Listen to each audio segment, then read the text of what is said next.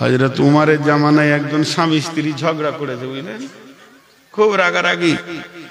তো রেগে বলছে, দাঁড়া, তোকে ঠান্ডা করছি।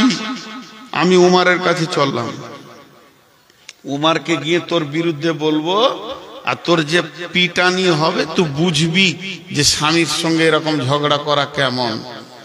তো উমরের কাছে চলে গেছে, তো দরজায় ধাক্কা দিচ্ছে।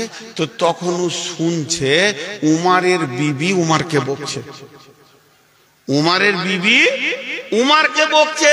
যার কাছে বিচার আনতে গেছে সেই আবার চুল বের হয় না, ওষুধ আনবে, তা টাক মাথা ডাক্তার।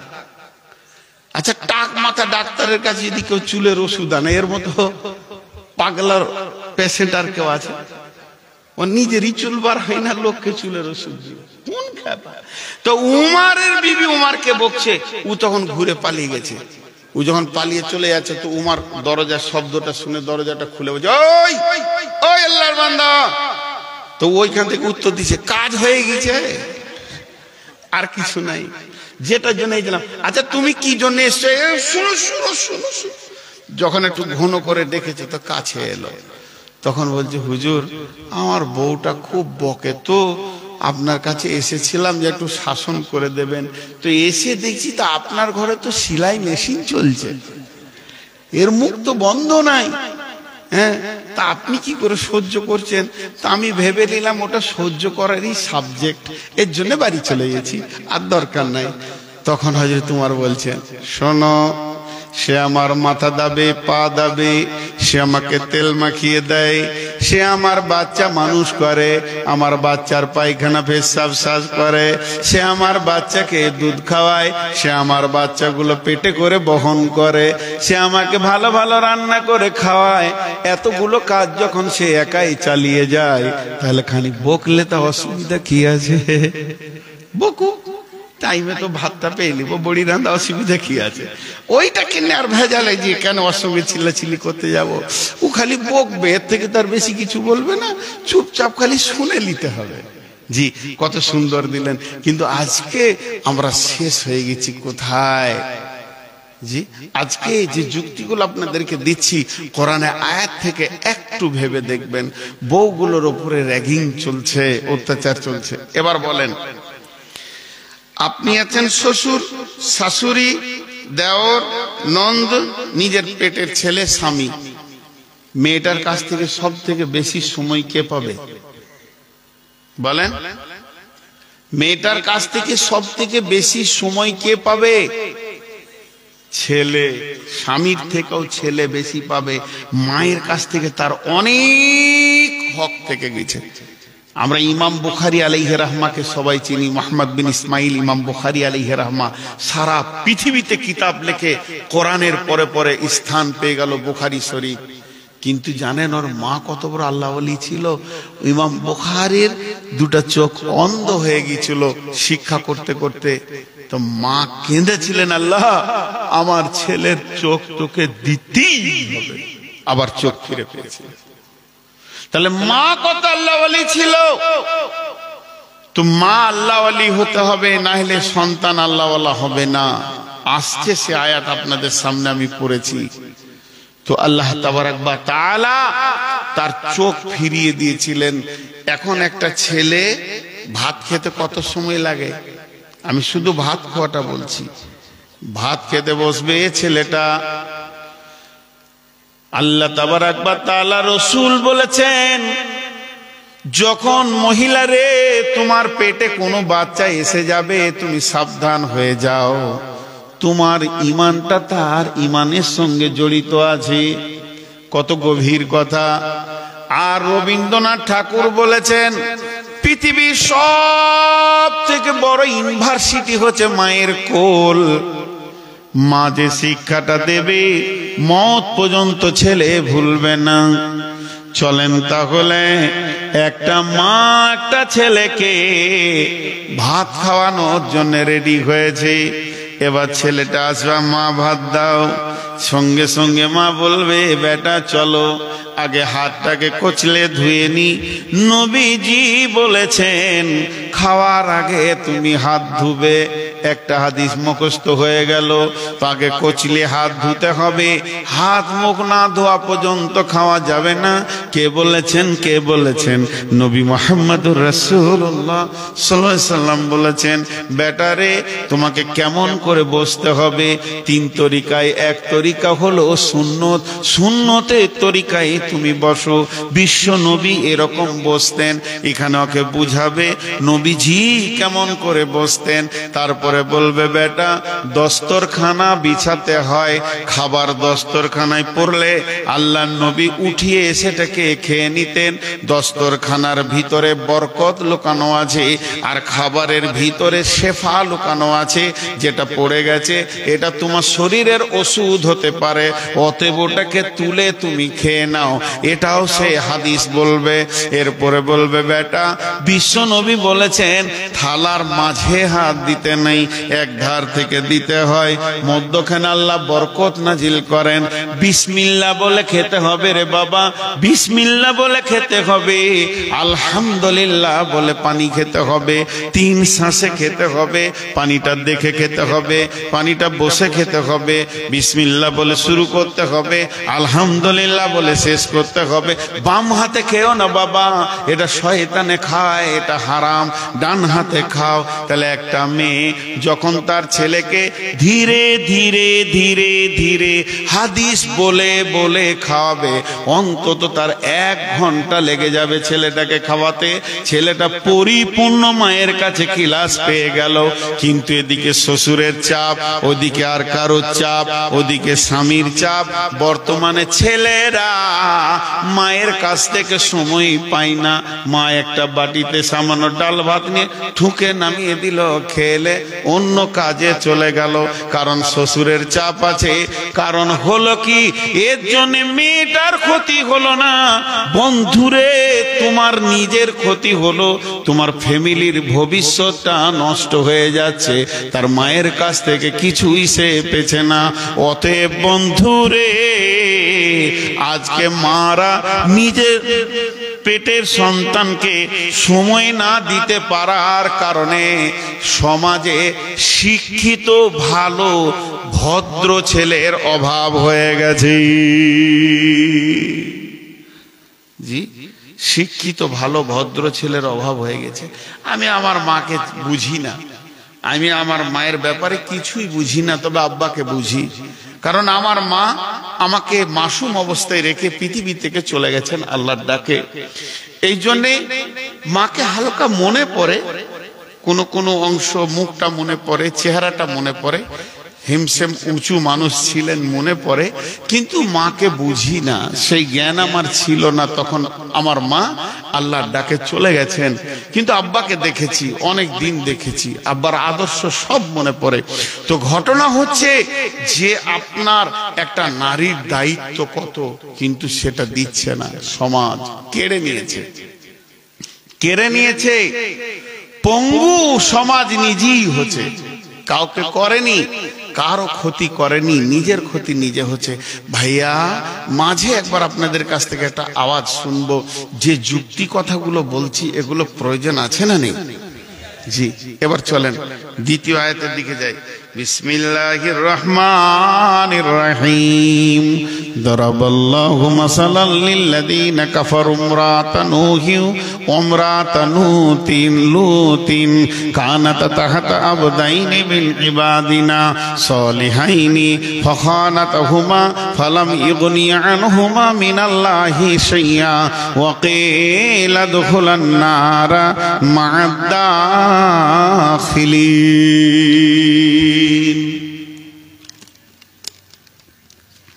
মা বোন সবর করেন। পালাইছেন নাকি? এবারে আয়াতটা শুনেন, মেয়েদেরকে বলছি এবার খাস করে। আর আমার প্রত্যেকটা কথা কিন্তু স্বামী স্ত্রীকে মিলিয়ে চলছে আজকে, কোনোটা খসুসান মেয়ে নয়। একটু সবর করেন।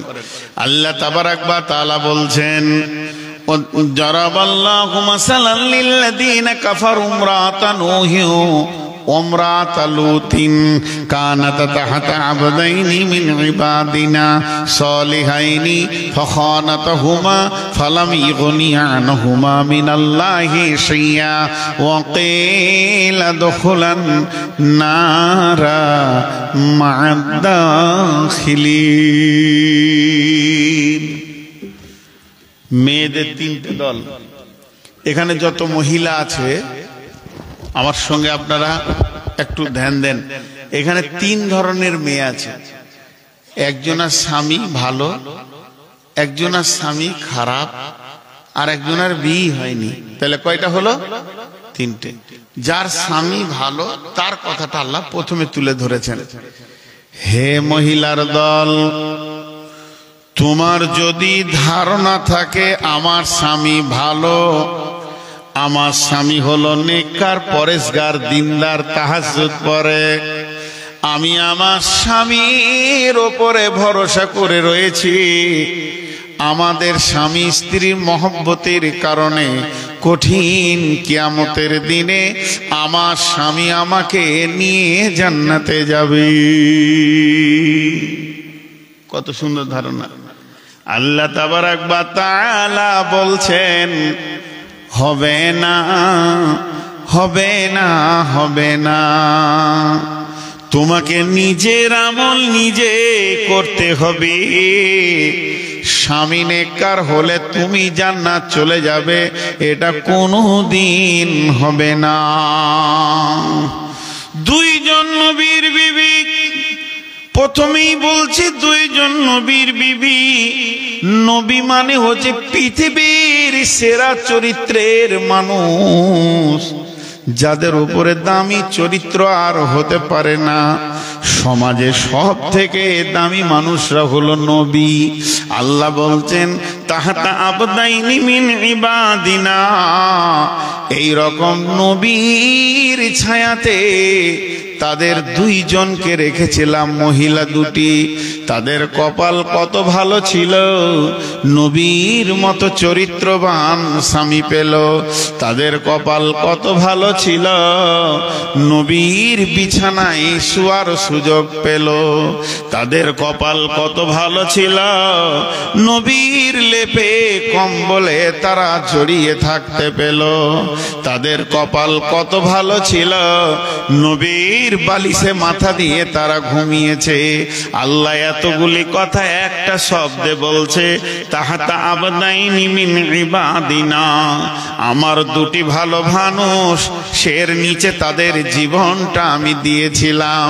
ফাখানাতাহুমা, মেয়ে দুটি কত হতভাগী রে, পোড়া কপালে রে, তারা খিয়ানত করে দিল, নবীকে নবী বলে মেনে নিতে পারল না, এবং আল্লাহর বিরুদ্ধে আচরণ যারা পৃথিবীতে করেছে তাদের সঙ্গে তারা গোপনে সম্পর্ক রেখেছে, চলাফেরা তাদের সঙ্গে করেছে, নবীকে বিরক্ত করেছে। এত সুন্দর জায়গা পাওয়ার পরেও তারা যখন নবীকে মেনে নিতে পারল না, আমার আল্লাহ তাদের ফাইসালা টেনে দিয়ে বলছেন ওয়াকিলা দুখুলান নারা মা'আদ-দাখিলিন, তারা দুজনেই চিরদিন জাহান্নামের আগুনে চলে যাবে। তারা চিরদিন জাহান্নামের আগুনই বাস করবে। আহা, নবীর বিবি জাহান্নাম যাবে। সেই নবী দুটার নাম নূহ নবী, লূত নবী। নূহ নবীর বিবি, লূত নবীর বিবি। নবীর মতো স্বামী, কপাল কি গো, কপালে কপাল ঠাকাতে মন যাচ্ছে। এত সুন্দর কপালওয়ালি হয়েও দুজন চিরদিন, একদিন দুদিন লয় যে জাহান্নাম থেকে বেরিয়ে আসবে, চিরদিন জাহান্নামে তারা থাকবে, তারা জাহান্নামে জ্বলবে, পুড়বে। জি ভাই, আমি ভেবেছি যে নবীর বিবি হলেই বেঁচে যাবে। জি না, নিজের আমল নিজে তৈরি করতে হবে। সূরা কাহফের ভিতরে আল্লাহ তাবারাক ওয়া তাআলা একটা আয়াত নাজিল করলেন। জি, বিসমিল্লাহির রহমানির রহিম। কুল মা কুনতু বিদআম মিনার রাসূল। আল্লাহ তাবারাক ওয়া তাআলা বললেন, কুল মা কুনতু বিদআম মিনার রাসূল, নবী হে তুমি বলে দাও তুমি কোন নতুন নবী বা রাসূল নও। আল্লাহ তাবারাক ওয়া তাআলা কুল মা কুনতু বিদআম মিনার রাসূলি ওয়া মা আদরি মা ইফআলু বি ওয়ালা বিকুম ইন আত্তাবিউ ইল্লা মা ইউহা ইলাইয়া ওয়া মা আনা ইল্লা নাযীরুম মুবিন। আল্লাহ সূরা কাহফের ভিতরে বলছেন নিজের আহালকে ডেকে, আহাল বলতে ফাতেমা, আহাল বলতে হুসেন, আহাল বলতে হাসান, আহাল বলতে হযরতে আলী, এদেরকে ডেকে আল্লাহর নবী বলছেন, রে হাসান হুসান নাতি রে আমার কলিজার টুকরা ভাইয়া, তুমি শুনে লাও, ও আমার বেটি রে ফাতেমা, মা আমার তুমি কান করে শুনে লাও, আলী রে বাবু তুমি আমার জামাই। আল্লাহ এখনই কোরআনে আয়াত নাজিল করে দিল, যার অর্থ হচ্ছে আল্লাহ আমাকে বলতে চাইছে, হে মুহাম্মদ সাল্লাল্লাহু আলাইহি সাল্লাম তুমি তো নতুন নবী নও, তুমি পুরাতন নবী। তোমার আগে কত নবী চলে গেছে, কম বেশি 1.5 লাখ নবী, কম বেশি 1,24,000 পয়গাম্বার আমি দুনিয়াতে হজম করে দিয়েছি। তোমাকে তো আমি শেষে পাঠিয়েছি, আমি এতগুলো নবী পার করে দিয়েছি। অতএব আমি বলছি শুনে লাও, কিয়ামতের মাঠে যখন ফয়সালা শুরু হবে, ও মা ফাতেমা, নবীর বেটি ফাতেমা বলে কোন রকম কনসিডার করা হবে না, কোন রকম কোন দিক থেকে বাঁচানো যাবে না। মা আমার নিজে আমল তৈরি করো, ও নাতি ভাই আমার নিজের আমল তৈরি করো রে আলী, নিজের আমলে নিজে দাঁড়িয়ে যাও। খবরদার কেউ কারো উপরে ভরসা করিও না। এটা যদি বিশ্বনবী নিজের মেয়েকে বলে, এটা যদি বিশ্বনবী নিজের মেয়েকে বলেন, এটা বিশ্বনবী নিজের মেয়েকে যদি বলে থাকেন, তাহলে বলেছেন এটা, তাহলে আপনার আমার হালাতটা কেমন হবে রে? এটা জেনেলেন স্বামী নেককার হলে জান্নাত পাওয়া যাবে, এই রকম আল্লাহ আপনাকে আমাকে কোনো বেনিফিট দেননি।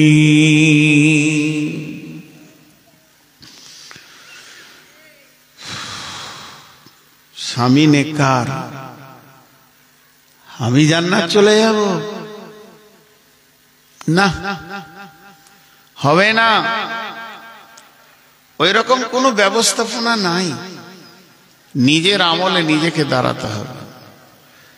আম্মা জান আয়েশা রাদিয়াল্লাহু তাআলা আনহা কেঁদেছিলেন আর আল্লাহ রাসূলকে বলেছিলেন কিয়ামতের দিন বিবি বলে মনে থাকবে। তো বিশ্ব নবী বলেছিলেন সালাসাতা মামাতিনা ফালা ইয়াজকুরুনা আহাদুন আহাদান, 3টে মৌকা এমন আসবে কেউ কাউকে মনে রাখতে পারবে না। জি, আজকের এই জলসার কাগজ নাই না, ইস্তাহার নাই, তাবলীগি জলসা তো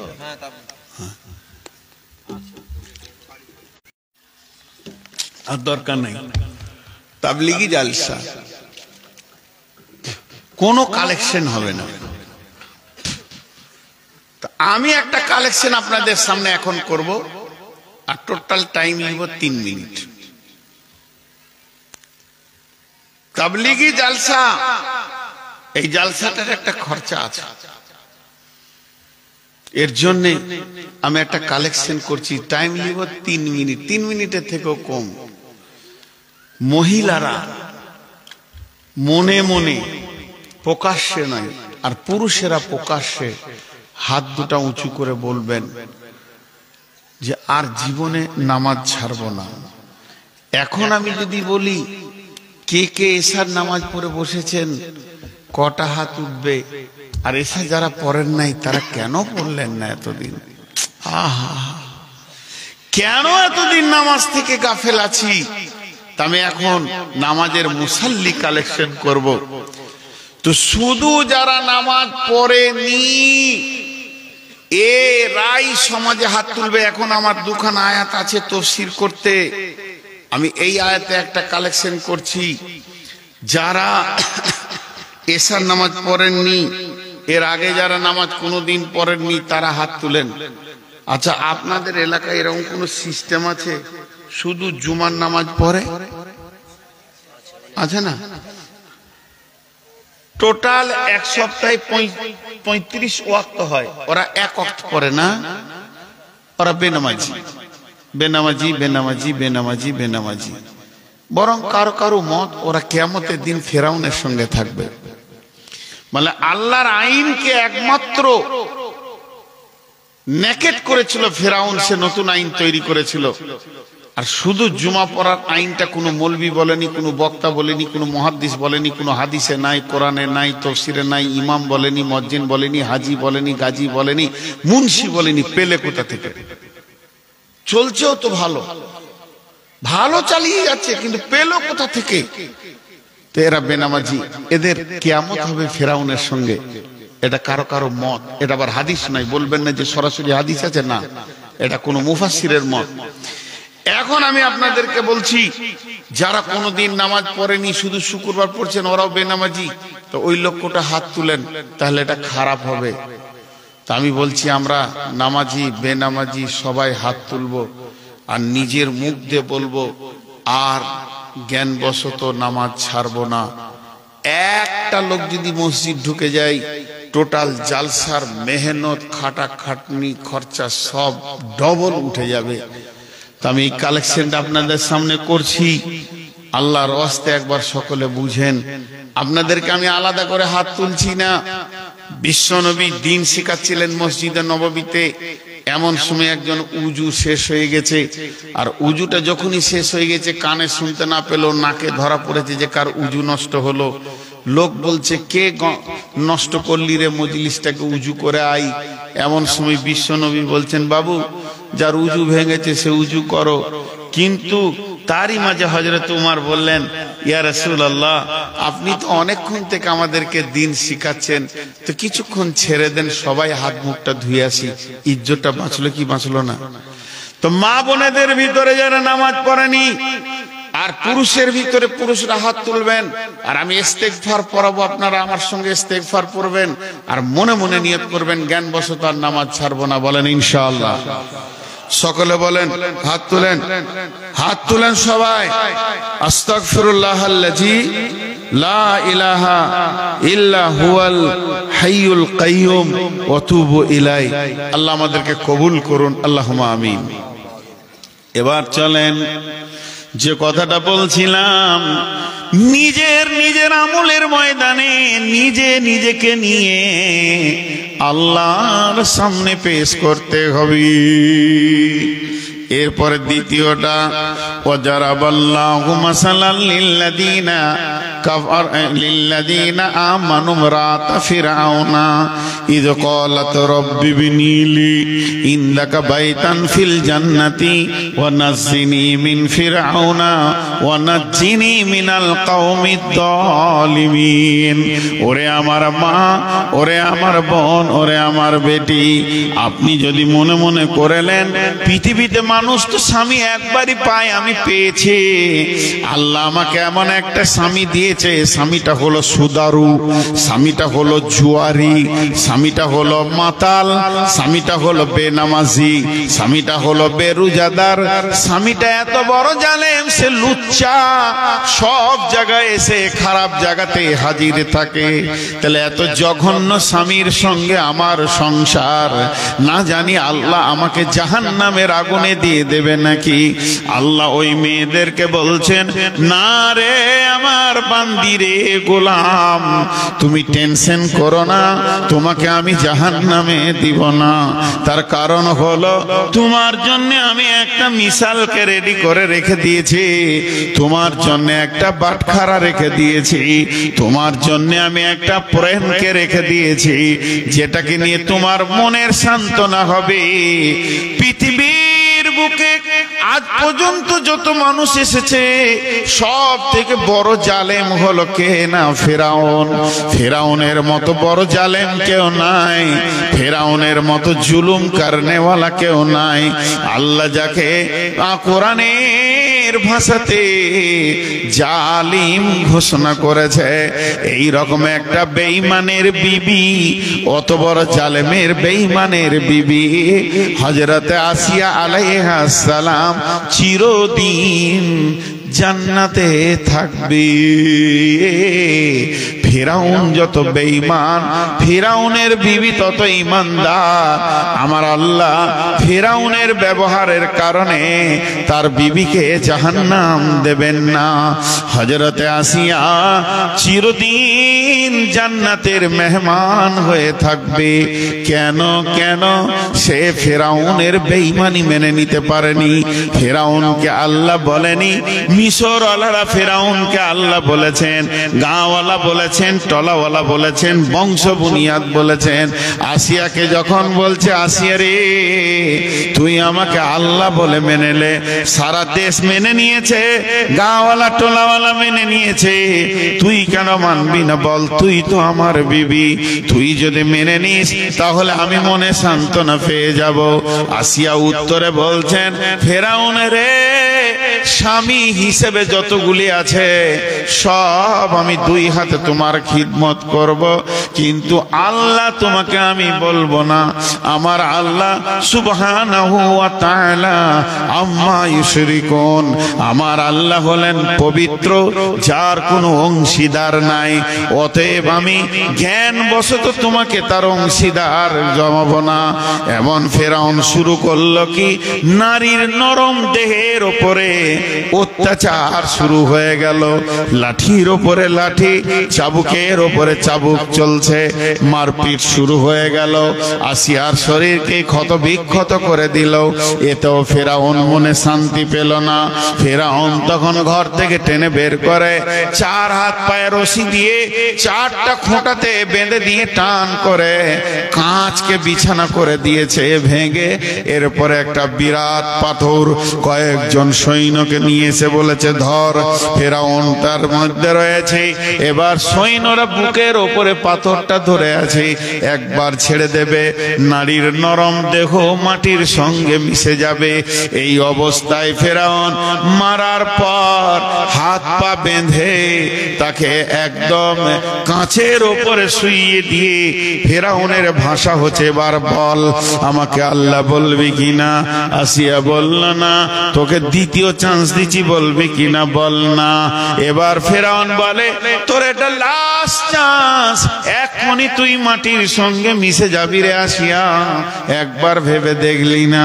তখন ফের আসিয়া মুখ খুলে দিল, রব্বি বিনিলি ইনদাকা বাইতান ফিল জান্নাতি ওয়া নাজ্জিনি মিন ফিরআউনা ওয়া আমালিহি ওয়া নাজ্জিনি মিনাল কওমিদ যালিমিন। ওরে আমার মা, ওরে আমার বোন, মেয়েটা কত দামি ছিল, কি বলেছে আল্লাহ কোরআনে তুলে দিয়েছে, তার মুখের ভাষাগুলো কোরআনে চলে এসেছে। কি বলছেন আল্লাহকে? রব্বি বিনিলি ইনদাকা বাইতান ফিল জান্নাতি, হে আমার রব তোমার জান্নাতে আমার ঘরটা বানাও। ওয়া নাজ্জিনি মিন ফিরআউনা, আমাকে ফেরাউন থেকে তুমি নাজাত দাও, ফেরাউনের জুলুম অত্যাচার থেকে তুমি আমাকে নাজাত দাও, আমাকে তুমি আশ্রয় দাও আল্লাহ। এর 3 নম্বর বললেন, ওয়া নাজ্জিনি মিনাল কওমিদ যালিমিন, এই জালেম বংশতে আমার বিয়ে হয়ে গেছে, মাবুদ রে এই জালেম বংশ থেকে তুমি আমাকে বাঁচিয়ে দাও। এমন সময় ফেরাউন পাথরটা ছেড়ে দিল আর আসিয়া দুনিয়া থেকে চলে গেল। কিন্তু আমার রব তার আগে সমস্ত আসমানকে সরিয়ে ঠিক কুদরতি ক্ষমতাতে পৃথিবীর কেউ দেখুক না দেখুক, হযরতে আসিয়াকে আসমান থেকে জান্নাতের দরজা দেখিয়ে দিয়ে বলল, আসিয়া রে তোর মত আমার জন্যে হচ্ছে রে আসিয়া, পৃথিবীর সব দরজা বন্ধ হয়ে গেছে তোর, কিন্তু আমি আল্লাহ তোর দরজা খুলে রেখেছি। তোর কোনো চিন্তা নাই, আমি আল্লাহ তোর ওপরে রাজি আছি। অতএব ফেরাউনের বিবি আসিয়া চিরদিন জান্নাতে চলে গেল। জি ভাই বোনেরা আমার, আবার একটা কালেকশন করবো 1 মিনিট। আর একটা আয়াত আছে, আজকের মতো শেষ করব। আর একটা আয়াত আছে, আজকের মতো শেষ করব, কিন্তু আর একবার আপনাদেরকে হাত তোলাবো। সামনে রোজা রাখবো ইনশাআল্লাহ, বলেন ইনশাআল্লাহ। আল্লাহ আমাদেরকে রোজা রাখার তৌফিক দান করুন, আল্লাহ আমিন। ভাইয়া, এগুলো হচ্ছে তাবলীগি জালসার কালেকশন। রোজা আমরা রাখবো, জান চলে যাক, তাও রোজা ছাড়বো না। রোজা তো প্রাইজ, বিরাট বড় প্রাইজ, আল্লাহ নিজে প্রাইজ, অতএব রোজা রাখবো। এবার শেষ আয়াতটা বলছি কাদেরকে? আমার বেটিদের জন্য বলছি, যে মেয়েগুলির এখানে বিয়ে হয়নি, আজকে জালসা শুনছে, একদম ইয়ং ব্যাচেলিয়ার, ওদের যা বয়স আর আমার বয়স যা, তাতে ওরা আমার বেটি আমার পেটেই হয়েছে ধরেন। তো বেটিদেরকে বাপ হিসেবে দুটি কথা বলছি এই শেষ আয়াতটাকে দিয়ে। আর সেই সাথে আপনারা আমার খুব আপনজন, মালদার লোক আমাকে খুবই ভালোবাসে, তারপরে অত্র এলাকা কুমারগঞ্জ এলাকার লোক আরো ভালোবাসে। আমি বুঝতে পারি না, এখানে বেশ কিছু মহিলা যেগুলো আমার মা নাই, মায়ের জায়গাটা নিয়েছে, খুবই ভালোবাসেন, মনে করে যে এটাই আমাদের ছেলে। এই ভালোবাসার ঋণী আমি আপনাদেরকে জীবনে শোধ করতে পারবো না, না জানি কখন মারা যাব, আপনারা আমাকে ক্ষমা করবেন। কিন্তু আমার সুগার এখন 490 চলে গেছে, জিভ হাত পা শুকিয়ে যাচ্ছে, হাত পা কাঁপছে। এবছর যতগুলি জালসা করেছি 1.5 ঘন্টার ঊর্ধ্বে একটাও করতে পারিনি, আমার শরীর চলে না। তারপরেও 1.5 ঘন্টা হয়ে গেছে, আমি আর একটা আয়াতের তর্জমা না করে আপনাদেরকে ছাড়বো না, এটুকু বলে রাখছি। সেই আয়াতটা কাদেরকে বলবো? ব্যাচেলিয়ার যেগুলো বিয়ে হয়নি, যাদের স্বামী খারাপ, ভালো তো দূরের কথা, স্বামী দেখেনি, ওই মেয়েদেরকে বলবো। আল্লাহ কি বলছেন? বিসমিল্লাহির রহমানির রহিম। ومريم ابنة عمران التي أحسنت فرجها فنفخنا فيه من روحنا وصدقت بكلمات ربها وكتبه وكانت من القانتين। আমি আজকে ওদেরকে আপনি বলবো না, আমি বলেছি ওরা আমার পেটের বিটি, তো তুই করে বলবো, আমাকে আরো ভালো লাগবে যে আমার অনেক কাছের বিটি। বেটি মন দিয়ে শোন রে মা, তোদেরকে বলছি। আল্লাহ তাবারাক ওয়া তাআলা বলছেন, পৃথিবীর বুকে একটা যুবতীকে আমি চিরকুমারী রেখে দিলাম, যার গায়ে কোনো পুরুষ কোনোদিন হাত দেয়নি। মারে বেটি রে, সেই যুবতী মেয়েটার নাম হচ্ছে মারিয়াম। মেয়েটা কত দামি ছিল, আল্লাহ তার নামে একটা কোরআনে গোটা সূরা দিয়ে দিল। মেয়েটা কত দামি ছিল, তিনি ছিলেন ইমরান নবীর বেটি মারিয়াম। আল্লাহ সেই মারিয়ামকে সামনে রেখে বলছেন, যুবতীর দলে তোরা জ্ঞান নিবি তো মারিয়ামের কাছে নে, কেমন করে দুনিয়া করতে হয় একবার মারিয়ামের কাছে বুদ্ধিটা নিয়ে নে। ও মারিয়াম ইবনাতা ইমরানা আল্লাতী আহসানাত ফারজাহা, আল্লাতী আহসানাত ফারজাহা, আল্লাতী আহসানাত ফারজাহা। এটা বাংলা তর্জমা করলে আপনাদেরকে শুনে খারাপ লাগবেই, কিন্তু আমি সাইড থেকে বলে দিচ্ছি, মেয়েদের যেটা সরঙ্গা ওটাকে আল্লাহ বলছেন আল্লাতী আহসানাত ফারজাহা। আমার মারিয়ামের সরঙ্গাটা ছিল অতি সুন্দর। অতি সুন্দর কেন? সমস্ত পৃথিবীর মেয়ের সরঙ্গা একই, কিন্তু মারিয়ামেরটা সুন্দর আল্লাহ কেন বললেন? এই জন্যে, দেখতে সুন্দর এজন্য নয়, কারণ তিনি সেটাকে পবিত্র করে রেখেছিলেন। পৃথিবীর কোনো লুচ্চাকে হাত দিতে দেয়নি, পৃথিবীর কোনো চরিত্র চরিত্রহীনকে তার শরম গায়ে হাত দিতে দেয়নি, পৃথিবীর কোন চরিত্রহীন লম্পটকে তার কাজ ঘেঁষতে দেয়নি। মেয়েটা কত দামি, আল্লাহ তার প্রমাণ দিতে গিয়ে কোরআনে তার লজ্জাস্থানের কথাটা তুলে বললেন, আল্লাতি আহসানাত ফারজাহা, ওরে আমার বেটি রে, ওরে আমার বেটি রে, ওরে আমার সোনা মানিক রে, তুমিও তো সেই মারিয়াম, মারিয়ামের কাছে যা ছিল তোমার কাছে তা আছে। আল্লাহ মারিয়ামকে দিয়ে বলছে, তোরা যেন জীবনে ভুলবশত কোন লুচ্চাকে আপন ভাববি না, খালাতো ভাইকে সাবধান হয়ে যা, চাচাতো ভাইয়ের সামনে যাবি না, ফুফাতো ভাইয়ের সঙ্গে কথা বলা বন্ধ করে দে, গুনাহ হবে না, মামাতো ভাইয়ের পাশ দিয়ে হাঁটবি না, এরা হলো দাগা লুচ্চা, তোকে লুটে লিবে রে, তোর জীবনকে শেষ করে দেবে রে। অতএব আল্লাতি আহসানাত ফারজাহা ফানাফাকনা ফীহি মির রূহিনা ওয়া সাদ্দাকাত বিকালিমাতি রাব্বিহা ওয়া কুতুবিহি ওয়া কানাত মিনাল কানিতিন।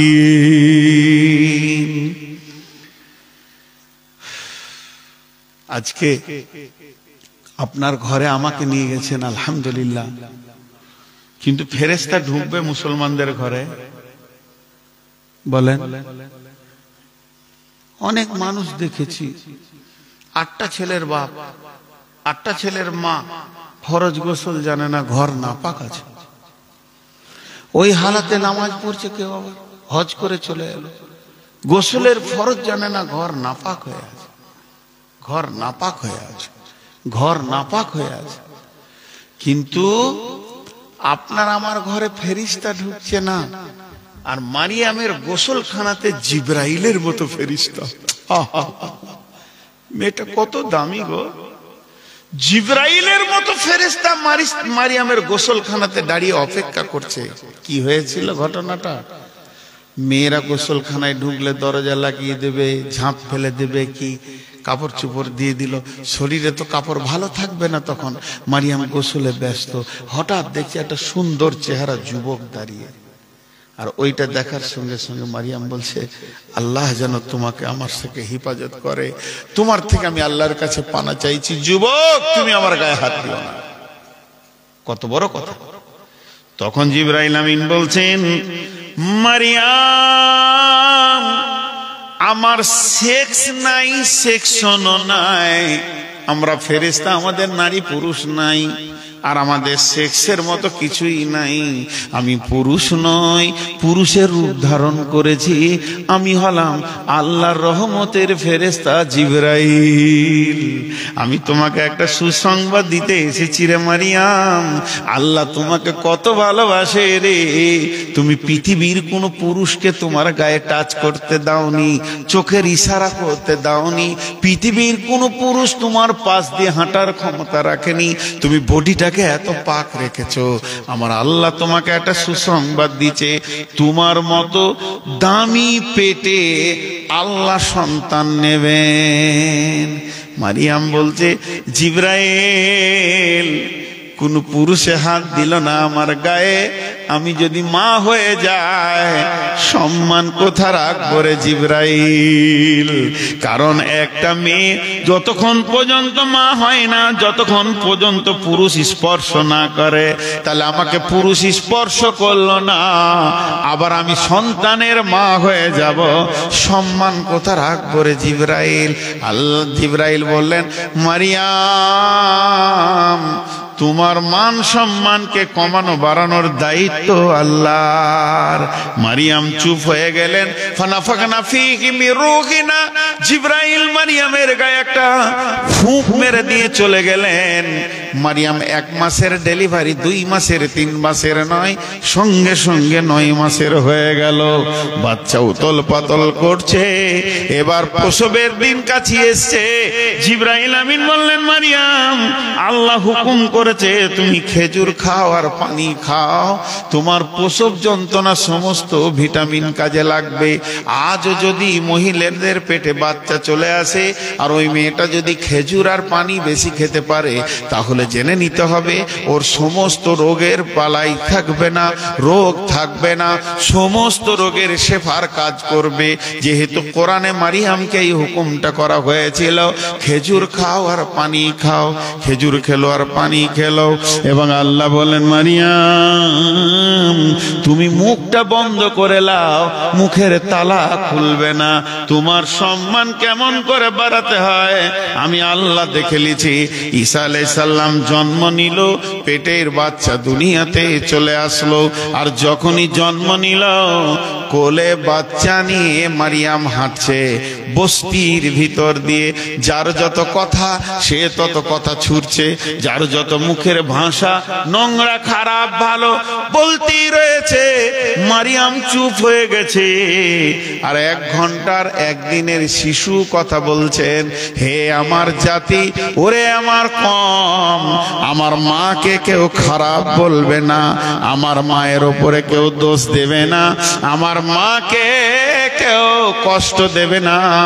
আমি কে শুনে লাও, আমি আল্লাহর নবী ঈসা রূহুল্লাহ। আল্লাহ আমার মাকে আমাকে কিতাব দিয়েছে এবং আমার মাকে আর আমাকে সম্মানী করেছে। আমি পৃথিবীর সেরা সম্মানী ব্যক্তি, আমি হলাম আল্লাহর নবী ঈসা রূহুল্লাহ। যতটি বেটা ছেলে আছেন একবার জোরে বলেন তো মুখ খুলে, মারিয়ামের দাম কমেছে না বেড়েছে? বেড়েছে, শুধু বেড়েছে নাই, ওর সম্মান আমাদের দেওয়ার ক্ষমতাই নাই। সে তাকে আল্লাহ নবুয়তি টাইটেল দিয়েছেন। তাহলে আমি আমার যুবতী বেটিগুলোর হাত ধরছি একবারের জন্যে, মনে মনে কর তোরা যে তোদের বাপ হাত ধরে বলছে, বেটি লুচ্চা থেকে দূরে থাক, বেটি লম্পট থেকে দূরে থাক, আল্লাহ তোকে সুসন্তানের মা বানাবে, তোকে বড় আলিম হাফিজের মা বানাবে বেটি রে। এমন সন্তান তোকে দিবে সারা বিশ্ব জুড়ে তোর নাম হবে, কলিজা ঠান্ডা হয়ে যাবে। শর্ত হচ্ছে লুচ্চা থেকে দূরে থাকতে হবে। লুচ্চাকে দিয়ে বাচ্চা থাকার জায়গাটা যদি তুই নোংরা করে দিস, আল্লাহ ওখানে ভালো মানুষকে পাঠাবে না। নোংরা জায়গায় ভালো মানুষ থাকবে? আমাকে ছাগলে গোয়ালে থাকতে দিবেন আজকে রাতে? তো নোংরা জায়গায় ভালো মানুষ যেমন থাকবে না, তোর নোংরা জায়গায় কোথাও থাকবে না। বাংলাদেশে আমি একটা উদাহরণ দিয়েছিলাম, তো আমার পিঠে একজন থাপ্পড় মেরেছিলেন, সুবহানাল্লাহ, ভালো লাগলো। আজকেও সেটা তোমাদেরকে বলছি।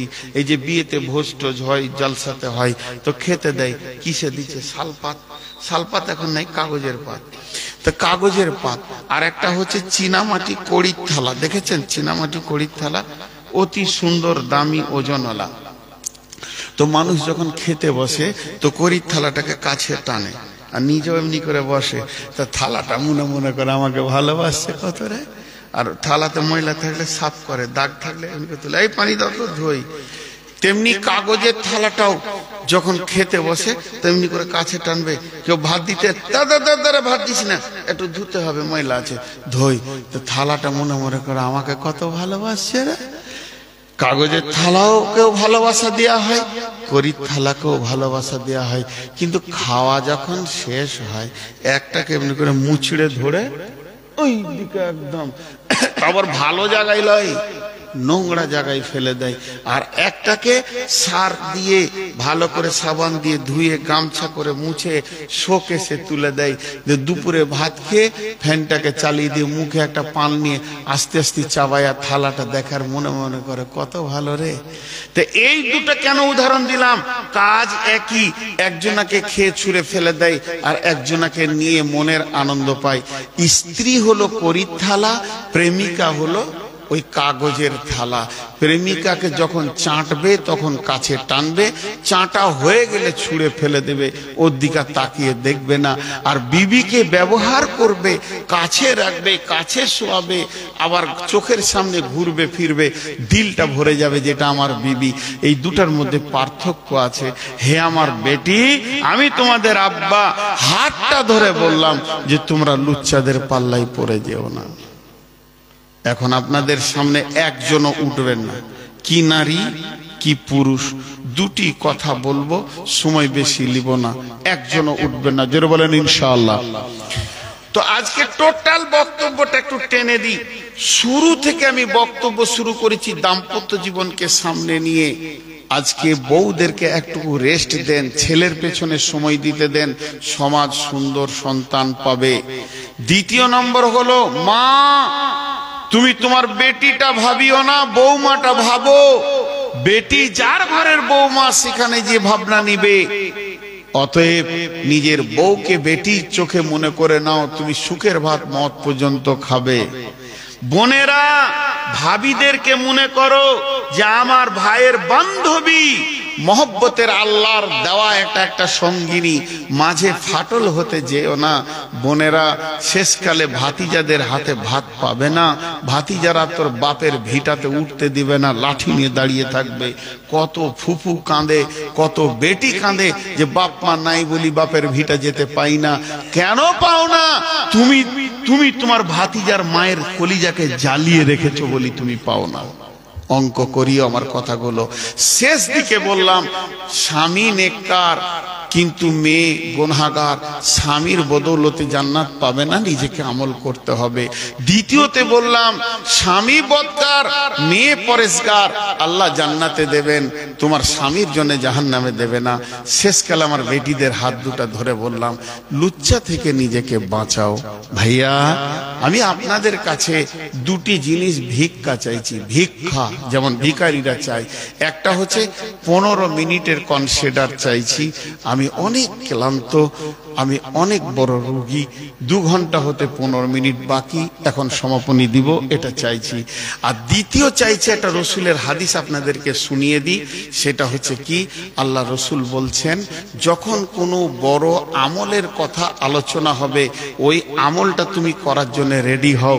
আমরা তওবা করেছি আজকে তাবলীগী জালসাতে, জীবনে নামাজ ছাড়বো না, একটা বড় আমল, রোজা ছাড়বো না, দুটো আমলের জন্য আমরা রেডি হয়েছি। বিশ্বনবীর হাদিস আছে, যখন বড় কোনো আমল করার নিয়ত করবে, তখন তুমি হালকা সাদকা করো। হালকা সাদকা করলে আল্লাহ ওই আমল করার তৌফিক দেবে।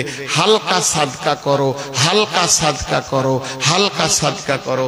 আমি আপনাদের সামনে এই কমিটি ছেলে দুজন এসো, তোরে বাপ কমিটি ছেলে কারা আছো দুজন এসো, 1 মিনিট দোয়া পড়ে দিব এখনই। কই কমিটি আসো না, এখানে এসো। এখানে আসছে না কেন রে বাবা? বলছি ওই টেবিলটাকে মেয়েদের ওখানে দেন। মা বোনেরা আমার, কোন কালেকশন নয় এটা, আমি আল্লাহকে সাক্ষী রেখে আল্লাহর কসম দিয়ে বলছি, আমাকে কমিটি কালেকশন করতে বলেনি, বলেছে বরং এটা তাবলীগী জালসা। অতএব এই টেবিলটা আমি দিছি, যার কাছে যা আছে 10, 20, 50 ফেলে দিয়ে বাড়ি যাবেন স্বাধীন। আর এই টেবিলটা এখানে দাও, এই খুঁটির কাছে। পুরুষদেরকে বলছি, এই টেবিলটা আপনাদেরকে খুঁটির কাছে দিচ্ছি। আপনারা শেষকালে, এটা কমিটি বলেনি, কমিটি বলেনি, কমিটি বলেনি, কমিটি বলেনি, আমি আপনাদের আমলটাকে আগানোর জন্য বুদ্ধি করে নিচ্ছি। কোরআন শরীফটা একটা চেয়ারে দিয়ে দেন, দিয়ে এই টেবিলটা এই খুঁটির কাছে নামিয়ে দেন। দাঁড়ান, এখন উঠবেন না, এখন উঠলে বিশৃঙ্খল হবে। ওইখানে নামিয়ে দেন টেবিলটা, বাস টেবিলের পাশে আপনারা দাঁড়ান। মেয়েদের ওখানে আমি এখন দোয়া দিচ্ছি, আপনারা বুঝে বুঝে আমিন বলবেন। আর দোয়াটা দেয়া যেই শেষ হয়ে যাবে, ওই খুঁটির কাছে দেন।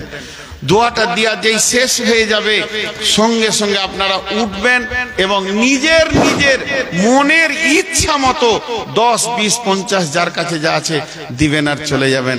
সকলে আমার সঙ্গে এক হন এবং আমিন বলেন। একজনও উঠবেন না এখন।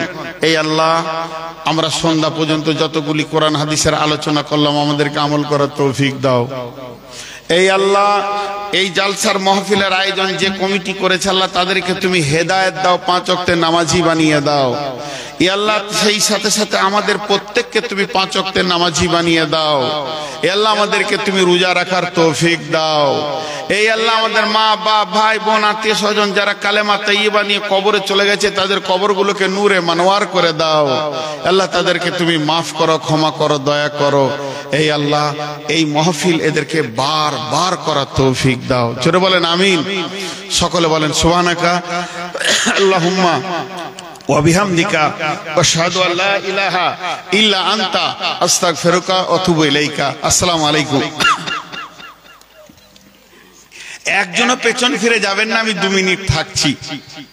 সকলে নিজের নিজের টাকা, মা বোনেরা আপনারাও দেন, পুরুষেরা আপনারাও দেন। আর রাস্তায় যখন হাঁটবেন শালীনতার সঙ্গে করে হাঁটবেন, যেন ছেলে মেয়ে একসঙ্গে হই হুল্লোড় না হয়ে যায়, তাহলে এটা জালসা হলো না, মেলা হয়ে গেল। তবে খুব ভালো লেগেছে আপনাদের জালসা আয়োজন দেখে। জি, যে ইচ্ছা, যার ইচ্ছা সে দেবেন, 10, 20, 50 দিতে থাকেন, যার ইচ্ছা। আল্লাহর ওয়াস্তে আপনারা দেন, মা বোনেরাও দেন। তাবলীগি জালসাতে এইভাবে কিছু দিতে হয়, না দিলে আগায় না, কাজ আগায় না। মা বোনেরা আপনারাও দেন। এই যে যুবকেরা তাবলীগি জালসা করেছেন, আল্লাহ এদেরকে হেদায়েত দান করুন, কিন্তু এই উদ্যমটা যেন এদের চিরদিন থেকে যায় আপনাদের এই ক্ষুদ্র দানের কারণে। জি, দেন, আল্লাহর রাস্তে দেন। যার কাছে যা আছে, মা বোনেরা একজনা খালি হাতে ফিরে চলে যেন না। খালামা আমার, বেটি আমার, 10, 20 করে দিতে থাকেন, 100, 200, 500, 50, যার কাছে যা আছে দিতে থাকেন। আল্লাহর রাস্তে দেন, নিজের হাতে নিজে দান করেন। মা বোনেরা আপনারা ওই টেবিলে দিতে থাকেন। আর একসঙ্গে হাঁটাহাঁটি করবেন না। আর বেটি, বিশেষ করে যাদেরকে আমি বেটি বলেছি, আমার বেটির দল, ও আমার বেটি, তোমাদের বিয়ে হয়নি, নিজেকে সাবধানে রাখো, কোনো পুরুষের সঙ্গে গল্প করবে না, পুরুষ থেকে সাবধান করো নিজেকে। আল্লাহ প্রত্যেককে আমাদেরকে আমল করার তৌফিক দান করুন। আসসালামু আলাইকুম। সালামের উত্তরও দিচ্ছে না। হাজি, একবার সালামের উত্তরটা দেন। আসসালামু আলাইকুম।